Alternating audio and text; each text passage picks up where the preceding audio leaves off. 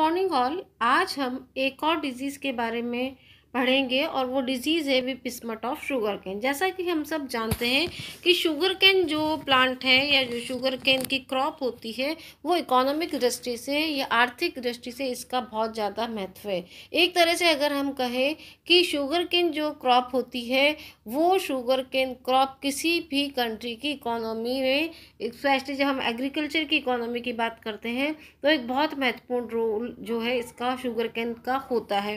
तो ऐसी स्थिति में जबकि शुगर केन इतनी ज़्यादा इम्पॉर्टेंट क्रॉप है, उसमें कोई डिजीज़ होती है तो वो जो है उस प्लांट को नुकसान पहुंचाती है और इस डिजीज़ की वजह से क्रॉप को नुकसान पहुंचता है। और क्रॉप को नुकसान पहुंचता है तो निश्चित रूप से जो यील्ड होगी, जो प्रोडक्शन होगा वो कम होगा। और जब प्रोडक्शन कम होगा या प्रोडक्शन पे किसी भी तरह का नेगेटिव इम्पैक्ट आएगा तो धीरे धीरे जो है वो कल्टीवेटर्स को भी नुकसान होगा और कल्टीवेटर्स को नुकसान होगा तो कहीं ना कहीं हमारी इकोनॉमी पर भी जो है इसका इम्पैक्ट आता है। तो विपिस्मट डिजीज़ इसी तरह की एक डिजीज़ है जो कि अगर शुगर केन की फील्ड में हो जाती है तो इसको कंट्रोल करना बहुत मुश्किल हो जाता है और जो प्रोडक्शन का या यील्ड का नुकसान होता है वो भी बहुत ज़्यादा होता है। तो आज हम जो है इस वाले लेक्चर में हम विपिस्मट ऑफ शुगर केन पढ़ेंगे और इसमें हम सबसे पहले जो शुगर केन प्लांट है उसके फैक्ट्स के बारे में पढ़ेंगे। उसके बाद हम विपिस्मट के बारे में पढ़ेंगे कि विपिस्मट क्या होती है, ये किस तरह से किसी भी शुगर केन प्लांट को जो है इन्फेक्टेड करती है, इसका क्लासिफिकेशन क्या है, कौन सा इसका पैथोजन है, उस पैथोजन का क्लासिफिकेशन क्या है, उस पैथोजन को जो है किस तरह की एनवायरमेंटल कंडीशन में वो अच्छे से ग्रो करता है, तरह से हम इसका कंट्रोल मेजर कर सकते हैं और किस तरह से जो है डिजीज़ का मैनेजमेंट किया जा सकता है ताकि शुगर केन में ये डिजीज़ नहीं हो और अगर हो जाती है तो उसके लॉस को जो है मिनिमाइज़ कर सकें हम। तो ये सब चीज़ें हम आज इस लेक्चर में पढ़ेंगे विपिस्मट ऑफ शुगर केन में।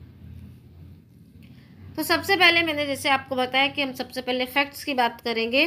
तो India is the second largest producer of sugar cane. ये शुगर केन का प्लांट है तो इंडिया जो है वर्ल्ड में सेकंड लार्जेस्ट प्रोड्यूसर है, यानी कि दूसरे नंबर पर इंडिया का जो है पोजीशन आती है शुगर केन प्रोडक्शन में। तो अब आप समझ सकते हैं कि जब सेकंड नंबर पर इंडिया जो है शुगर केन प्रोडक्शन में है तो इतनी ज़्यादा इकोनॉमिक इम्पोर्टेंस इस शुगर केन प्लांट की है।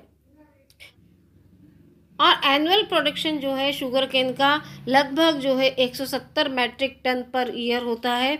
Java, West Indies, Italy, Philippines, Australia जो है कुछ ऐसे कंट्रीज़ हैं इम्पॉर्टेंट जहाँ पर कि शुगर केन का जो है कल्टीवेशन किया जाता है। जहाँ पर भी शुगर केन जो है प्रोड्यूस किया जाता है, शुगर केन की यील्ड ली जाती है, वहाँ पर ये विपिस्मट ऑफ डिजीज़ जो है रिपोर्टेड की गई है। In India this disease mainly found in Tamil Nadu, Andhra Pradesh, Maharashtra and Kerala. तो वैसे तो इंडिया में सब जगह जहाँ पर भी जो है शुगर केन की क्रॉप लगाई जाती है वहाँ पर भी विपिस्मट ऑफ शुगर केन देखी गई है, लेकिन ये कुछ इम्पॉर्टेंट जो है स्टेट हैं तमिलनाडु, आंध्र प्रदेश, महाराष्ट्र, केरला, जहाँ पर कि इस डिजीज़ की अकरेंस ज़्यादा है। Loss is depend upon the stage और एज ऑफ प्लांट। ये अब थोड़ा सा इम्पॉर्टेंट है कि किस स्टेज पर जो है विपिस्मट ऑफ शुगर केन अगर होती है तो उसकी वजह से प्लांट्स को ज़्यादा नुकसान पहुंचता है। तो डिपेंड करता है कि किस जब डिजीज़ का या पैथोजन का अटैक हुआ तो उस समय जो हमारी शुगर केन क्रॉप है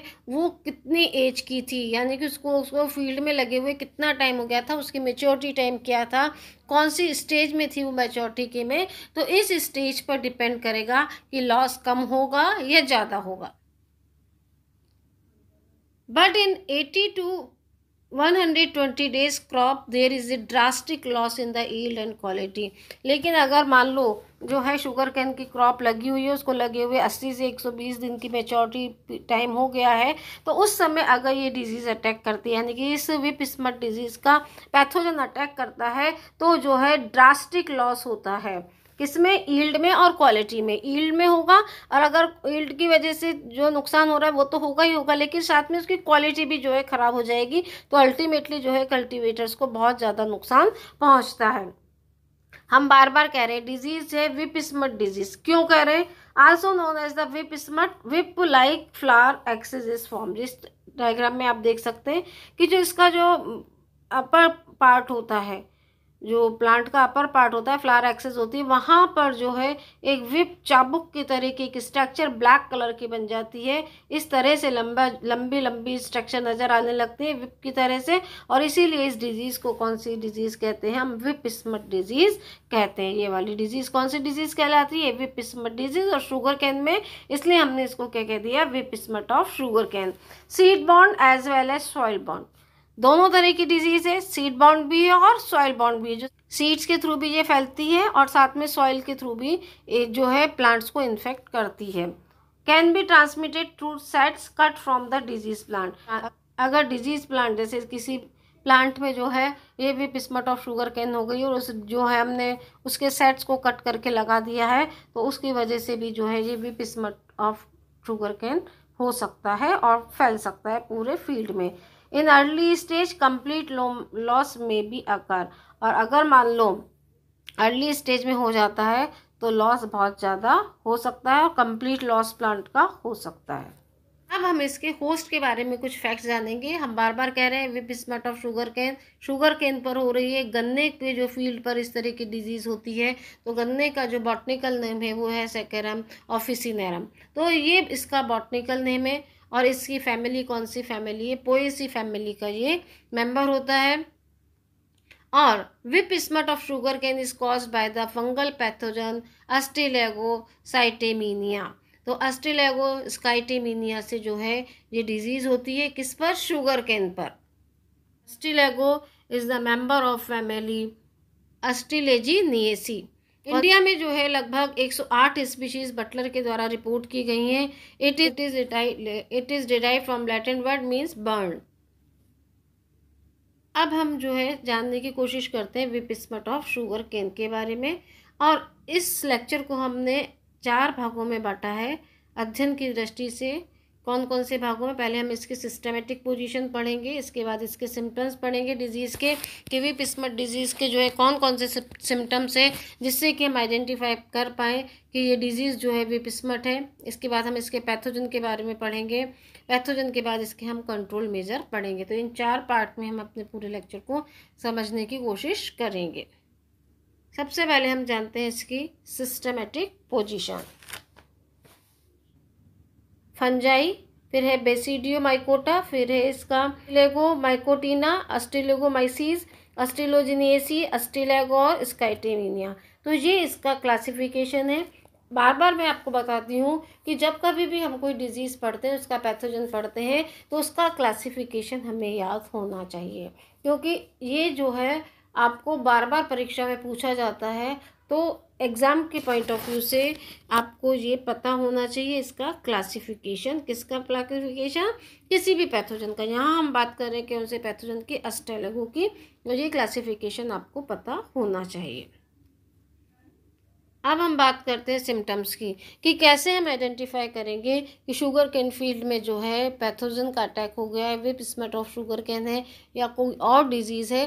कैसे हम पहचान पाएंगे ताकि हम उसका कंट्रोल मेजर कर सकें, उसमें जो है डिजीज़ का मैनेजमेंट किया जा सके। तो कौन कौन से इसके सिम्टम्स होते हैं ये देखिए आप। ये इसकी बात मैं आपको बता चुकी। इसका जो फ्लावर एक्सेस होता है, ये आपका जो फ्लावर एक्सेस है, from the growing point of the cane whip like structure are produce. ये आप देख रहे हैं फ्रॉम द ग्रोइंग पॉइंट, जो स्टेम है इसका जो ग्रोइंग पॉइंट है, यहाँ पर एक विप लाइक स्ट्रक्चर जो है बनने लगी है, जो कि ब्लैक कलर की होती है। ये अर्ली स्टेज में इस तरह से आपको लंबी स्ट्रक्चर नज़र आएगी, और इन्फेक्टेड प्लांट को हम दूर से ही पहचान सकते हैं कि इस प्लांट पर जो है इन्फेक्शन हो गया है। तो ये सबसे इम्पॉर्टेंट बात है कि इस तरह की आपको एक लंबी सी स्ट्रक्चर, विप लाइक स्ट्रक्चर दिखाई देगी, और इसीलिए जो है इस डिजीज़ को whip smut of sugar cane कहा जाता है।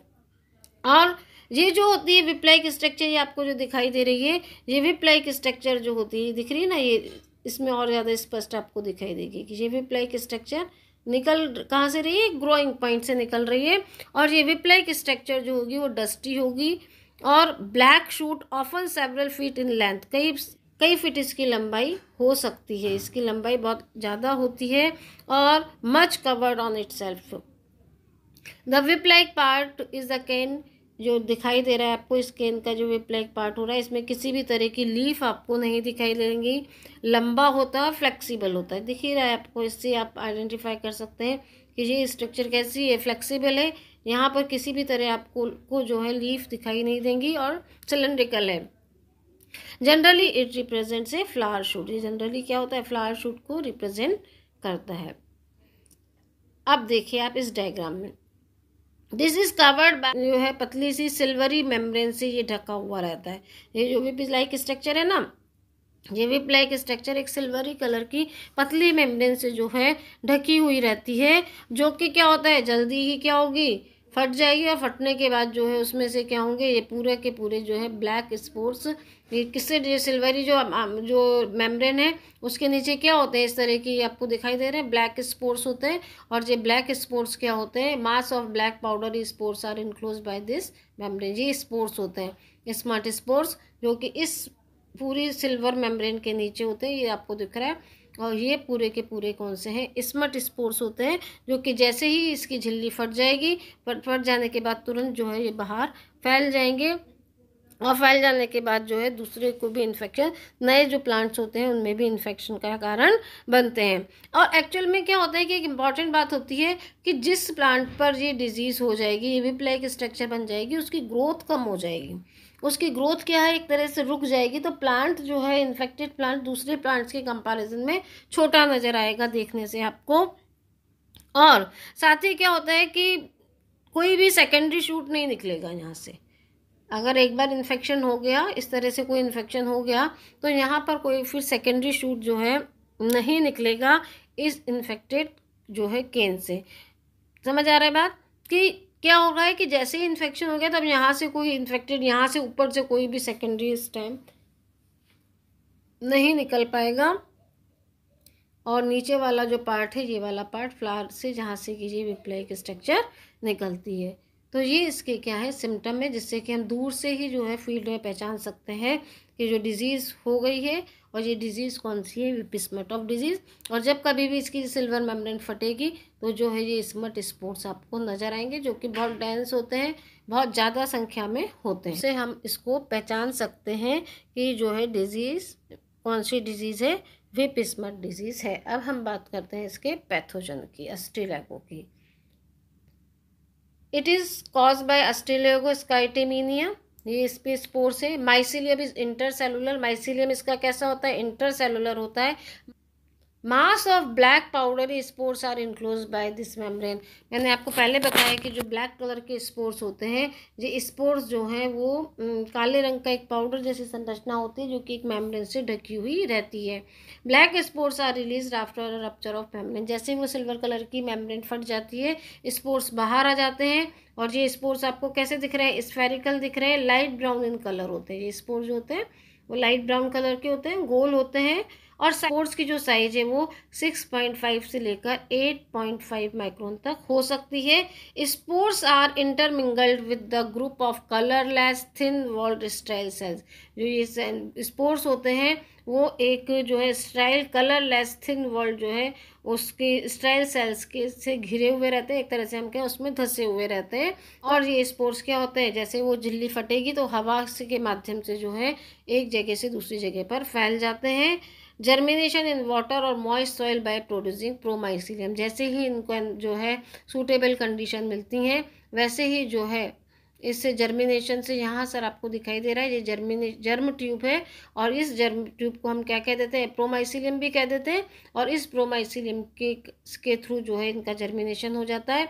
Terminal and lateral sporidia arise. ये देखें आप, ये इस पर टर्मिनल जो है, ये बेसिडियम है, ये जो है इस पर जो है टर्मिनल और लेटरल स्पोरिडिया आ जाते हैं। और sporidia are narrow straight single cell stalk structure. बारे में पढ़ा हमने पैथोजन के बारे में, कि पैथोजन जो है किस तरह से होता है और किस तरह से जो है ये सीड जो है सॉइल के थ्रू या सीड के थ्रू जो है इन्फेक्शन को आगे बढ़ाते हैं। अब हम देखते हैं इसके कंट्रोल मेज़र। कंट्रोल मेज़र मतलब ये कि हम जो है अपने लॉस को मिनिमाइज़ करना चाहते हैं, डिजीज़ का मैनेजमेंट करना चाहते हैं, तो बहुत सारे कंट्रोल मेजर जो हैं हमें अपनाने चाहिए, कुछ तो लगाने से पहले ही। और अगर लगाने से पहले हम नहीं कुछ कर पाए, तो जब फील्ड में अगर हमें इस डिजीज़ के सिम्टम्स नज़र आते हैं, तो ऐसी स्थिति में हम क्या कर सकते हैं कि डिजीज़ के लॉस को मिनिमाइज़ कर सकें। तो सबसे पहले तो रिमूवल ऑफ स्मटेड विप्स। जैसे ही हमें जो है इस तरह की whip like structure sugar cane के फील्ड में दिख रही है, तो हम तुरंत जो है उन जो can say, sugar can say, उनको हम निकाल दें और डिस्ट्रॉय कर दें, बाहर थैली में उसको ले जाएं और उसको बाहर जाके यानी कि फील्ड क्रॉप से अलग ले जाकर उसको डिस्ट्रॉय कर दें। तो क्योंकि वो प्लांट जिसमें विप स्मट हुई है उसको आप आसानी से आइडेंटिफाई कर सकते हैं और उस प्लांट का रिमूवल कर दें। दूसरा है डिस्करेजिंग रेटूनिंग। इसके बाद है disinfection of sets by using mercury chloride, formalin and fungicide like Vitavax etcetera. तो इसके बाद क्या होता है कि एक और चीज़ होती है कि हम उसको जो है लगाने से पहले सेट्स को जो है डिसइंफेक्शन कर लें उनका। किसके द्वारा? मर्क्यूरी क्लोराइड ले सकते हैं, फॉर्मेलिन ले सकते हैं, और जो बहुत सारे फंगिसाइड हैं जिनका की यूज़ करके हम सेट को जो है डिसइंफेक्शन उनमें कर सकते हैं। इसके बाद है यूज़ ऑफ रेजिस्टेंस वैरायटी। ये सबसे अच्छा कंट्रोल मेजर है कि हम जो है पहले ही क्या करें, ऐसी डिजीज़ रेजिस्टेंस वैरायटी काम में लें जिनमें कि जो है रोग होने की संभावना बहुत कम हो। सारी ऐसी वैरायटी है रेजिस्टेंस वैरायटी जिनको कि हम काम में ले सकते हैं, जैसे CO356, CO395 and POJ7878, COS76 and COS109। तो ये कुछ ऐसी जो है वैरायटी है शुगर केन की जो कि इस डिजीज रेजिस्टेंस वैरायटी होती हैं। Avoiding cultivation of susceptible variety. सीधी सी बात है कि हम उनकी वैरायटी को लगाना अवॉइड करें जो कि ससेप्टेबल हैं। इसके बाद है हॉट वाटर ट्रीटमेंट। तो हॉट वाटर ट्रीटमेंट जो है इसके लिए बहुत ज़्यादा यूज़फुल माना गया है। इसमें क्या करते हैं कि हम जो सेट्स होते हैं उनको 50 से 52 डिग्री सेंटीग्रेड पानी में जो है 20 से 25 मिनट तक डिप करके रखते हैं, ताकि जो है सेट्स जो हैं जो कि सीड के रूप में काम में लिए जा रहे हैं उनको वो जो है डिजीज़ फ्री हो सके। साथ ही हमें क्या करना चाहिए कि सेट्स जो हैं वो जो हम लगा रहे हैं वो हेल्दी होने चाहिए और हेल्दी प्लांट से लिए जाने चाहिए, ताकि डिजीज़ का जो है अकरिंग हम कम से कम कर सकें। साथ ही क्या होता है कि सबसे इम्पॉर्टेंट है कि अगर हमें डिजीज़ प्लांट दिख जाए तो हम उसको डिस्ट्रॉय कर दें। तो ये कुछ ऐसे कंट्रोल मेजर हैं जिनको कि यूज़ करके हम डिजीज़ का मैनेजमेंट कर सकते हैं। तो आज हमने शुगर केन की एक बहुत important disease whip smut of sugar cane के बारे में पढ़ा। स्मट कई प्लांट्स पर होती है लेकिन अलग अलग तरीके से होती है, उसका मैनेजमेंट अलग अलग तरीके से होता है। यहाँ पर हमने बात की है शुगर केन की कि इसका जो है पैथोजन क्या होता है। पैथोजन के बाद हमने बात करी कुछ फैक्ट्स की, होस्ट के फैक्ट्स के बारे में बात करी, कुछ हमने जो है इसका पैथोजन है उसके फैक्ट्स के बारे में बात करी, साथ ही हमने जो इसके कंट्रोल मेजर की बात करी। और एक इम्पॉर्टेंट बात ये हमने करी कि ये जो डिज़ीज़ होती है इसको अर्ली स्टेज पर अगर आइडेंटिफाई कर लिया जाए तो जो है डिज़ीज़ का मैनेजमेंट प्रॉपर तरीके से हो सकता है और लॉस को मिनिमाइज़ कर सकते हैं। और डिजीज़ इम्पॉर्टेंट इसलिए भी है क्योंकि शुगर केन, जब इंडिया में जो है शुगर केन का प्रोडक्शन इतनी ज़्यादा होता है तो ऐसी स्थिति में इस डिज़ीज़ को कंट्रोल करना, इस डिज़ीज़ का मैनेजमेंट करना बहुत इंपॉर्टेंट हो जाता है। क्योंकि अगर फील्ड को लॉस होगा तो हमारे जो है कल्टीवेटर्स को नुकसान होगा, और कल्टीवेटर्स को नुकसान होगा तो हमारी कंट्री की इकोनॉमी भी जो है उस पर भी इम्पैक्ट आएगा। तो डिजीज़ का मैनेजमेंट बहुत ज़रूरी है। Thank you so much.